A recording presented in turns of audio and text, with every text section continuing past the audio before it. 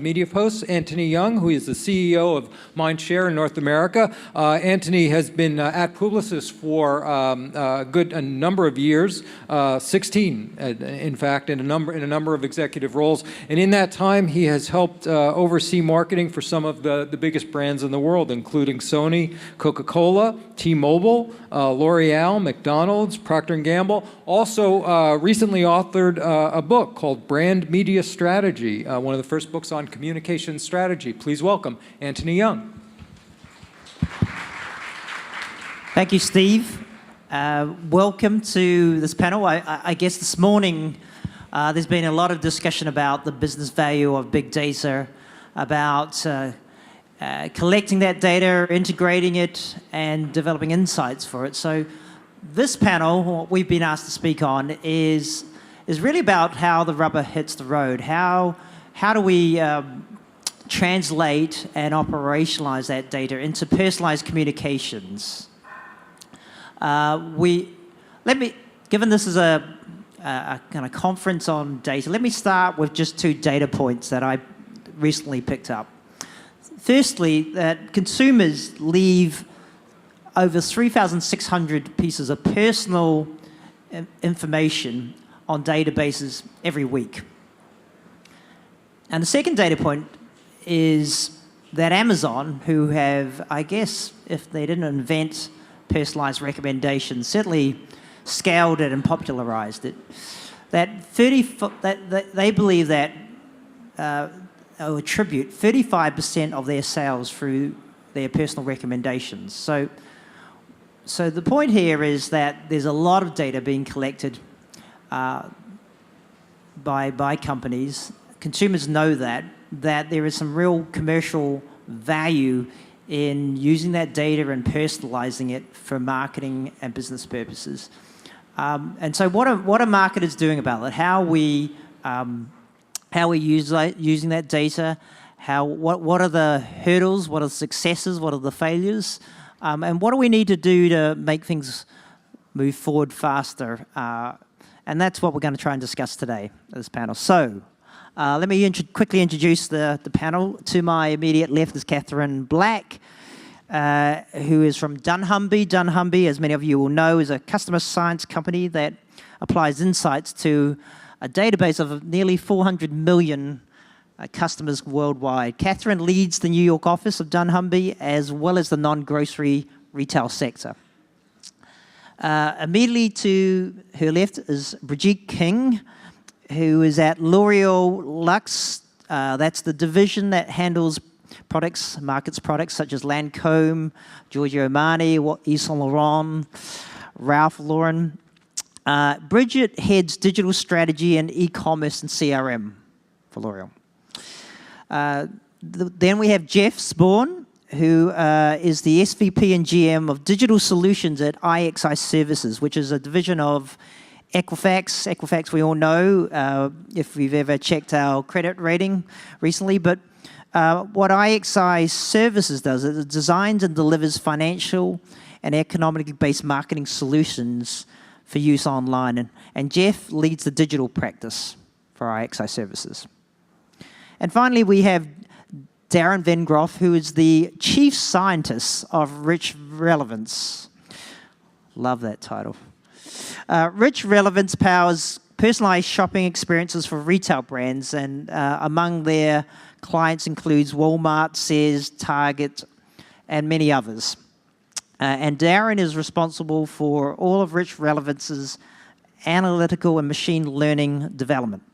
So some really interesting panelists of very diverse kind of backgrounds and companies. So I'm going to just jump into the first question, which is a kind of general question for each of the panels. Clearly, smart personalization comes from reading good data. And many companies are increasingly getting better at collecting that data. So I wanted just to ask the panelists, what is the sort of biggest single change taking place in the way that their company is collecting or analyzing or activating data for marketing purposes? Why don't we start off with Katherine? Sure. Thank you. I think probably the most interesting thing is so the trick is to not change a lot. So there's a lot of new data coming in, and it's easy to get enamored with it, to try and focus on lots of new and interesting techniques and, all the news and the buzz in the press.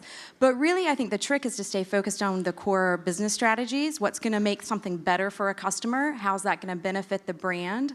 And then use data to funnel that, to fuel that. And it's really easy to get caught up in all the sexy terms in the media and the press. So I think actually the biggest challenge is not so much the new and exciting as much as it is sticking to what works, what's best for customers and brands, and leveraging all of the new and exciting to make that better.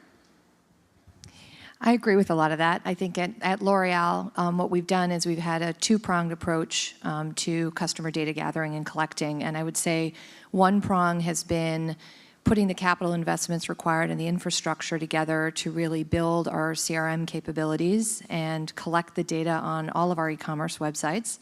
And the second prong in that strategy has been to really outreach and find partners with our retailers who are on that same path and able to collaborate with us on sharing relevant data to make our customer service and our marketing of our brands more relevant. So I'm going to go in two directions here. First of all, as a data provider, we have always been focused on the collection of data, obviously.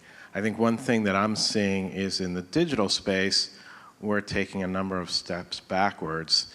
That is, we've already been competing with other data providers in the offline space for a dozen years or more. But in digital, that's all starting anew, and anyone can come up and say they have data, and they're sort of in the mix right away because we have a ways to go on performance. I think for our clients, each of those companies' own data is the most important. I think a lot of companies are springing up to help companies manage their data, but I have seen sort of in the old school, companies have been managing a lot of data for quite some time. So I think they will quickly climb the learning curve and learn to manage the data that's important to them. So I think that there are two things in my experience that clearly separate those companies that are able to successfully personalize based on the data they have and those that aren't. The first is context.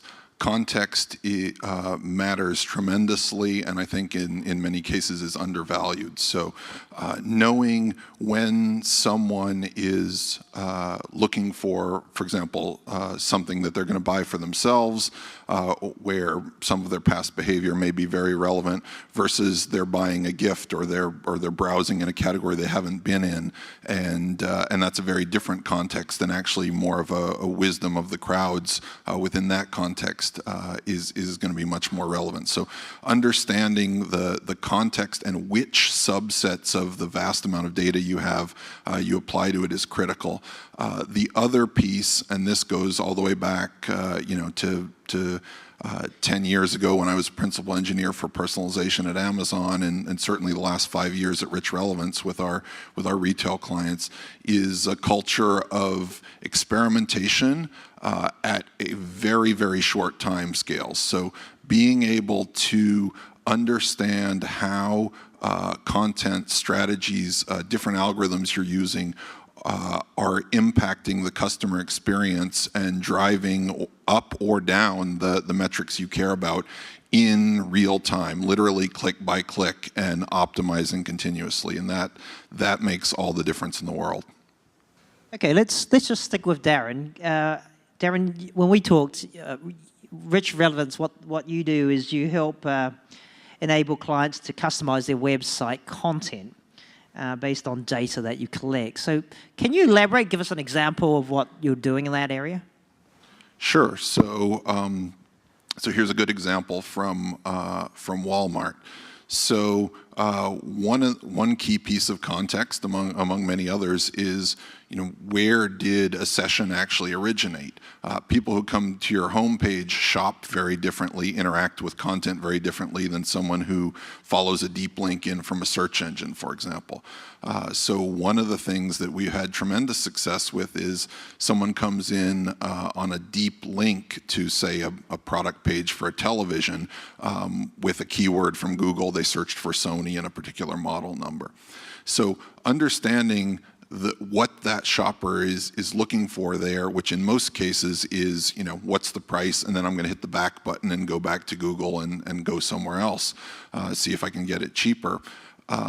Versus someone who came to your site and really has their whole shopping experience there behaves very differently. So what we did in that case is we said, well, let's actually sort of violate all the principles of e-commerce page design 101 and actually push the main image and the title and so on of the product so that they're halfway below the fold, and put on top of that a selection of other related products driven by both product attributes and behavior. So with appropriate messaging, like, did you know this Samsung is $50 cheaper and has higher resolution, or whatever the case may be. And so what we've been able to do is drive down bounce rate by almost 30%, just by basically recognizing that in that context, the battle isn't for the sale. You don't get to fight that battle until you've won the first battle, which is for the shopper engaging with your site in session, versus Google being the center of their shopping experience in this example. All right, good. Brigitte, so you've been setting up the e-commerce group at L'Oreal. So do you want to just share a bit about what you're doing in that space? Sure. I mean, I think we definitely have taken a very aggressive approach to controlling and managing our own data, and then likewise partnering with retailers and dunnhumby on other opportunities. But with regards to e-commerce specifically, collecting the data, and I think we heard this earlier this morning, isn't enough. It's about actioning the data. And I would also say by actioning it quickly enough to prove business case and create a quick win scenario where the value of the data is quickly recognized because the brands are seeing proof of ROI. And I think that's been a little bit our approach to trying to penetrate faster and quicker in this area.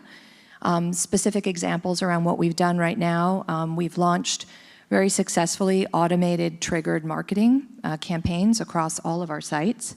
So what that essentially means is, informed by the behavior a customer is taking on our site, we're triggering out specific emails to them. We can recognize them. If they're a new customer, they'll get a series of welcome campaigns. If they're an existing or a best customer, they get served very different messaging and campaigns. That kind of targeting ability and that kind of relevance has really changed the game in terms of moving from a batch and blast environment to much more of a targeting and tracking environment. And it's really started to change how our brands are adopting CRM techniques through not just a technology solution, but by seeing the business results very quickly. And so, Katherine, you work a lot with retailers. So how's that different from a retailer, classic retailer, versus what a L'Oreal would do in terms of e-commerce? Or are the principles kind of similar? I think the base principles are very, very similar. I think retailers have a little bit of a luxury in that they have incredibly rich data sets. And as Brigitte said, with a brand or a manufacturer, they're largely in the position to need to build that data set from scratch or integrate new data sources. So I think retailers have a little bit of an advantage, a little bit of a head start in terms of the data that they're using and collecting. But really the strategies are very similar, and all the work that we do, which is both with retailers and with brands, it really starts by understanding the most valuable customers, how they shop, and then how that can be translated into better marketing and better merchandising as well, and new product development in the case of manufacturers. So the types of decisions being made, obviously it's relevant to whether you're retailing or manufacturing a product, and then the ease of data collection are probably the two big differences. Okay. So we talked a bit about what's happening on the websites. Maybe we could just go a bit about the advertising side. Jeff, can you give us a bit of a perspective? Because, yes, there's this great experience that you can create and clearly drives sort of more sales and be very measured on what's happening on your site. But a big part of our business is trying to then go in the advertising space and attracting customers to those sites. Yeah, that's actually how we got pulled into digital. So we were helping people with more traditional campaigns, direct mail, for example, or telemarketing. by providing our targeting solutions. And what the best of the companies have done, and historically our sweet spot has been financial institutions, is they've taken that audience that they wanted to send certain messages to, and they've asked to replicate that audience in display advertising. So in that sense, they're giving the same message, whether it's direct mail, which obviously is getting less spend these days, and they're putting into display ads that really get into the personalization you were talking about, so that not only are you putting the right ad in front of the right household, but the right message. So even in Darren's example, though it was a website one, you want to make sure that someone that gets that very expensive television, for example, is able to afford that television. And then are you pushing the features because they're well able to, or are you putting more of a discount message because of their economic profile? So what we want to do is drive them obviously from that display to the website, to hopefully the purchase online, but we'd also like to capture the purchases offline because we know that's a big part of it. Yeah, I mean, there seems to be a lot of tech. That the advertising's an area that I'm clearly a little more familiar with, and just some of the work that is happening through technology is becoming very sophisticated. So, for example, and very personalized. So, for example, one of our clients, Radio Shack. If you go onto the RadioShack.com site, and you're clearly, we can see what you're browsing, what you're doing on that site, whether you're putting stuff into a basket, whether you're purchasing it. When you come off the Radio Shack site, we've got ability to serve banners dynamically to them. So, in fact, and Radio Shack is probably not a high traffic site compared to a Macy's or a Walmart, but we're serving 100,000 different executions dynamically, based very, very individually on what a person's done on their site and what they do post and what happens on the site. So it's, you know, the level of personalization, both on site and off once they come off the site, and what happens continuously after that, has become much more sophisticated. Yeah, I would just add that you know, you have to use that power for good, right? So I went shopping for a coat, and for the rest of the week I was haunted by coat advertisements all over the place, even though I'd made my purchase quite some time ago. So there has to be a sensitivity to what the consumer is experiencing. You don't want them to feel like coats will follow them for the rest of their life. Yeah, I noticed that when I used my wife's computer to look at sort of flowers for Mother's Day, and then she came onto the site afterwards. Why are all these 1-800 flowers running all these banners towards me? I don't know how that happened. Darren, did you want to say something? Yeah, so I think another angle on the advertising side of the question, if you pull back and look at, you know, what are brands who are advertising really interested in? Well, they're interested in driving consumers to the ultimate point of purchase and completing that transaction. And there, one of the things that we found is tremendously valuable, and you know, Amazon makes a ton of money on this, and some of our clients do as well, is the notion of turning the retail site not just into a place to transact, but into a publisher, and basically using the same or similar algorithms and techniques that understand the behavior of shoppers on the site and recommend products to also identify the various campaigns they're most likely to respond to, and selling those campaigns to, for example, CPGs, where the retailer is a publisher. So you can create a very successful win-win-win combination between the consumer who's getting relevant advertising, the brand who's getting access to the consumer near the point of sale and further down the funnel, and finally the retailer who's further monetizing their site as a publisher. You know, if I could add to that, one of the most interesting things, we do our share of retargeting on our sites as well, but one of the most interesting questions for us has been about the ability to track where consumers are coming from. I call it the by source report.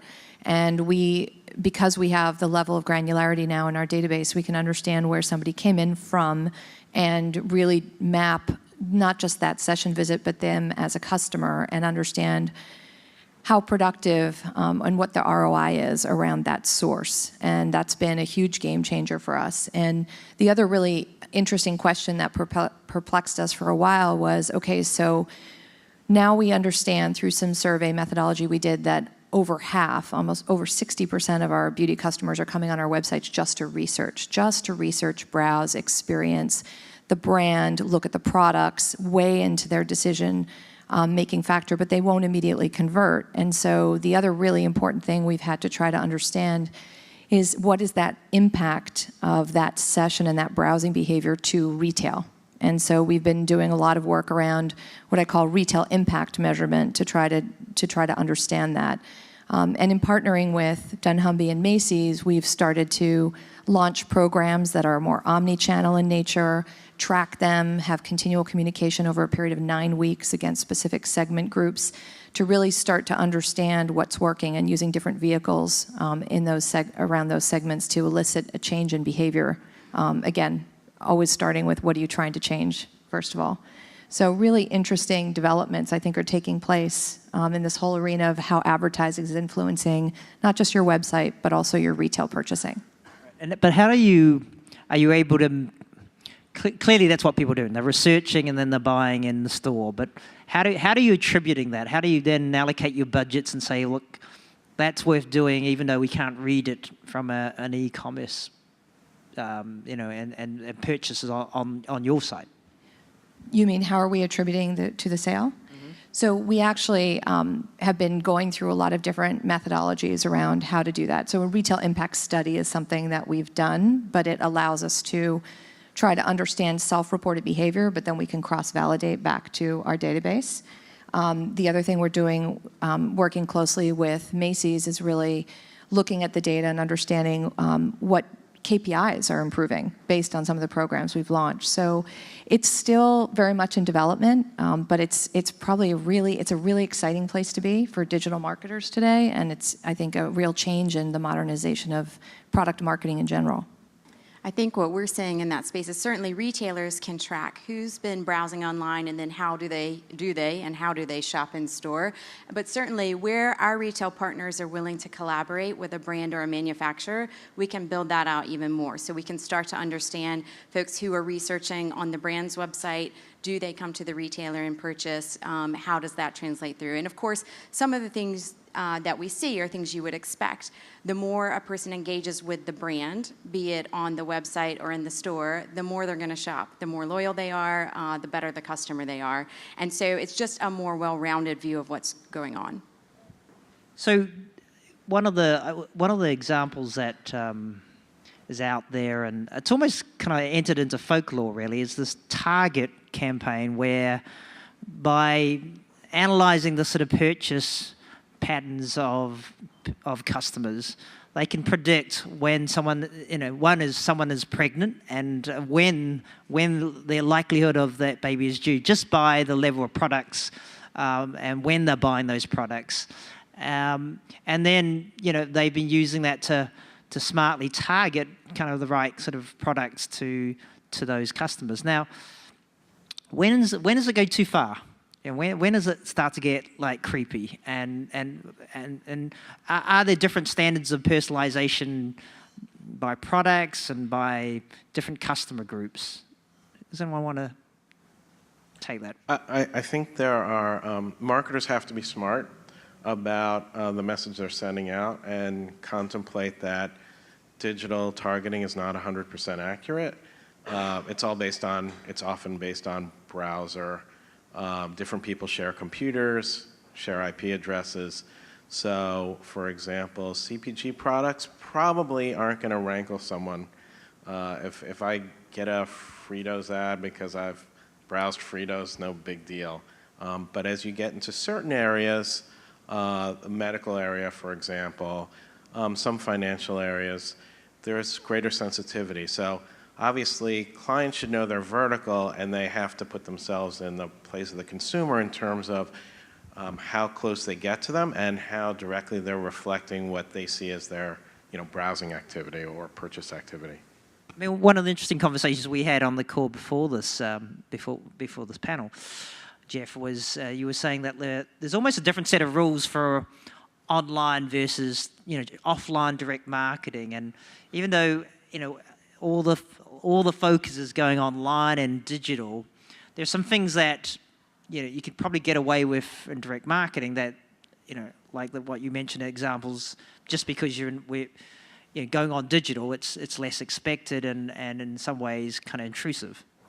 Yeah, I mean, showing my age a little bit, but direct mail, it's just very commonplace to hit people at their home with their name and address. Nobody's shocked when they get a piece of mail that has their name on it from a company that they may not even been active with. Similar with telemarketing. But in the world of digital, obviously, regulatory bodies are looking at that quite a bit right now, and that's really all about the creepiness factor. I do think that there is a difference, I guess I'll call it a generational difference, that we're seeing where folks that are young might mind it quite a bit less than those of us that are a little older. So I think we're going to see changes as generations grow, but right now there's a creepiness factor on the digital part of identification that I don't think exists in the more traditional channels. I'm not sure I entirely agree. I agree to some extent, but I think that we need to start adopting a different metric for how we view the appropriateness of a channel, and we really need to start with face-to-face. If we're not willing to disclose something face-to-face to someone, it's probably not okay in any channel. Even if customers and consumers are willing to give us a little more slack in direct marketing or in mail or in paper, we probably ought to hold ourselves to the highest standard possible. I have a personal rule, which is no matter what, no matter how obvious, I do not approach people I don't know, or even people I do know, that I'm not 110% certain and ask if they're pregnant. The risk of being wrong is too great. It's too devastating for the relationship. And even if you're right, there are days, I've been pregnant twice myself, there are days you just don't want to be asked that. You just don't want to confront that topic. That's not the primary part of your identity you want to speak about. So in that instance, face-to-face, that's a personal rule I have. I'm not going to start a conversation that way. I may ask, how are you feeling today? And that gives them the opportunity to share that personal piece with me, and then we can engage in a nice dialogue about it. But I don't want to force it upon someone. So I think when we use common sense, as you said, absolutely, but we need to really hold ourselves to a very high standard on that.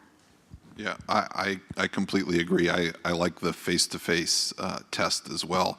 The other related test that I think is really useful is would you be willing to explain to the person that you're making this offer to or that you're putting this message in front of what data you used and why you came to that conclusion? And this kind of cuts both ways. One of the key learnings in personalization over the years has been that, particularly in product recommendations, but other forms as well, is that if you can explain why you're showing this particular content in 6 to 8, maybe 10 words max, you get conversion rates that are much, much higher. For example, 50% higher in product recommendations in some studies we've done. And so, being able to clearly explain where it came from on the positive side, and basically gaining people's trust that you're using certain pieces of data in a way that's ultimately helpful to them, and then flipping that on its head and saying, well, if I gathered these pieces of data from these sources and, some of them are more reliable than others and some of them involve more or less sensitive topics. But if I had to, along with that message or along with that offer or ad or whatever, also say, here's exactly why I think you'd be interested. If I'm not willing to say that because it would feel creepy, then I shouldn't be making the offer. I think to acknowledge the Target example, and everybody read that article when it came out. I think as a consumer myself online, I think it's hugely helpful and relevant when I get contextually relevant recommendations or link cells. I find it incredibly helpful with, when I feel like I have very little free time and very little spare time to go search for something else. So I find that as a consumer very relevant. But I think every brand and every company has to have a sensitivity chip around their willingness to explain why they did what they did or kind of checkpoint themselves. I think that is a responsibility that brands have. And we've been very careful about revamping our privacy policy statements online and making sure that we're as overt and transparent as we can be.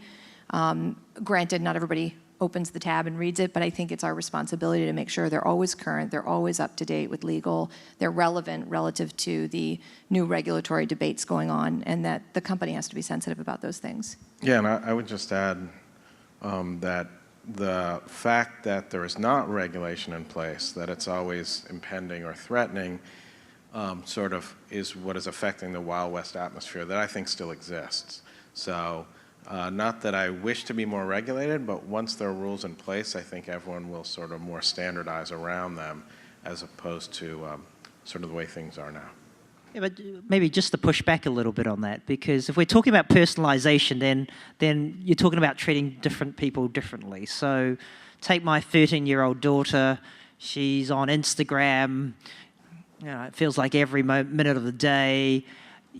That generation is putting a lot of themselves out there more. So presumably they seem to be seemingly more comfortable than perhaps you or I in terms of their data and how that's used. So surely if we're moving towards this whole world of personalization, doesn't it depend on who you're talking to? I mean, I think regulation is going... Regulation's a safe, it's a safety net. It's the thing that but we're marketers, and shouldn't we be pushing it a little bit for? Well, the panel up here is speaking with more integrity than I've seen in the environment. So I think that a lot of people get personalized to excess out there, and sometimes perhaps it's in the execution and not even with the brands. Maybe it's never been intended. I have a 13-year-old daughter, too. They should maybe get together for a play date. But I think that helps to set my sensitivity because I make sure I'm a friend of hers on Facebook and see everything that happens. And that's sort of a better barometer of what I feel is appropriate, is putting myself in her space. She would not regulate it herself, that's for sure. If anyone in the audience has any questions, we'll be happy to take those as well. See you out there. Is anyone? Is someone out the front? Okay.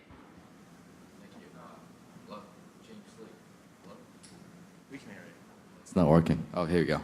James Lee, I'm an analyst with the investment firm COSA. First question about measurement and attribution. How important this new concept of multi-touch attribution as consumers start moving to mobile, multiple screens, you can't track cookies anymore in mobile. Is that being implemented right now? I'm hearing a lot about the industry. Is that the standard of the future for attribution?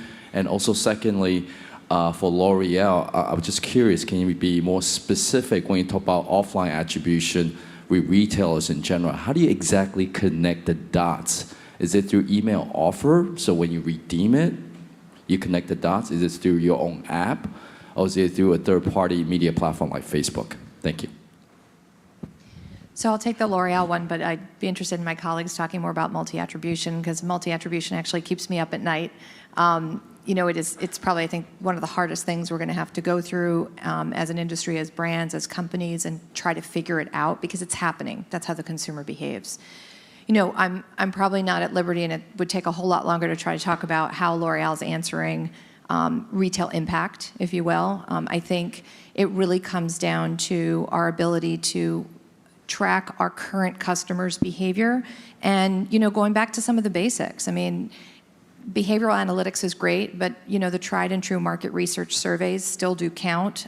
They add context, and they really help us understand the whys behind what we're seeing happening. So we use those things as well as part of our understanding of the path to purchase. But certainly we are looking at different technologies available to us and different solutions, and sometimes experimenting and failing in how to try and measure and track what that looks like. But at the end of the day, what I find the brands care about the most It's not that they want to see, and I know I'm in a room full of people who want to connect all the dots sequentially, but it's not that they want to see the exact pathing at any given moment or time of day. What they want is to build their brands, and they want consumers to engage either online or offline. It's all good. And if we can't prove, beyond a reasonable doubt exactly what the pathing looks like, we're still going in the right direction if we're engaging consumers online and then we're servicing them properly at the counters. And we're, at the end of the day, improving the customer experience overall. And what I've found is if you stay true to that, a lot of the brands have found that they are increasing their investments in CRM. They're looking at it as a business driver much more than I've seen in the past. And they're looking at technology as an enablement to get there, but ultimately to just build the brand. We see that all the time. People are really concerned about the sales angle. And I think we have to remember that even though we can start to get better at attributing sales with things like email or online search or visits in store, et cetera, there's still so many things that can't quite be tied in yet and are influencing the purchase. So for instance, we've done a study where we found that consumers of a particular shampoo brand, almost 20% of their purchases over a 3-month period were based on being influenced by a brand advocate. Perhaps even more interesting, you're probably all sitting out there thinking, wow, go run Facebook campaigns. But 60% of those folks who were influenced said they were influenced by a verbal advocacy statement, so telephone or in person. So the fact of the matter is, it is almost impossible today, but we might get there to understand all the ways a consumer got to their actual purchase. And what we hear our retail and brand clients saying is, let's understand what we can influence and how we should do that better. But it's so much bigger than even just a channel attribution question in its most narrow sense today. And I would just chime in a little directly to sort of device type stuff. Folks have already thought of things beyond cookies to be able to look at the device activity. And that's really what everyone's working on, is the notion of what is the perfect recipe of the touches, in what order and what frequency to drive to the right activity. And it could be different, certainly different by vertical, by product, may even be different by segments of customers. Okay, I've just got one quick response, kind of rapid fire response to one question, which is, and if we can go down the panel, starting with Darren, which is, if we wanted to move faster in terms of personalization in your organization, what's the one thing that would make the big difference? The biggest difference would be having a platform in place that allows you to rapidly experiment and innovate. Jeff? I would say better performance measurement, because as soon as we learn how valuable this is, it'll drive things forward quickly. I would say from a brand perspective, having the skill sets internally that are resourced effectively and have the ability to understand what personalization means and how to do it fast. And I think that's an internal skill set that's required. I would probably say it's tough to narrow it to one, but appetite for change. To actually adopt so many new things, traditional retailers and brand builders need to learn new skills and really change the way they approach their day-to-day world, and change is tough. So appetite for change. Okay, well, look, we're going to wrap. Thank you very much to the panel for their time and responses. And Thank you. thank you very much out there for listening. Thank you, Anthony. Cheers, Steve. Thank you, panel. Thanks everybody for a great morning.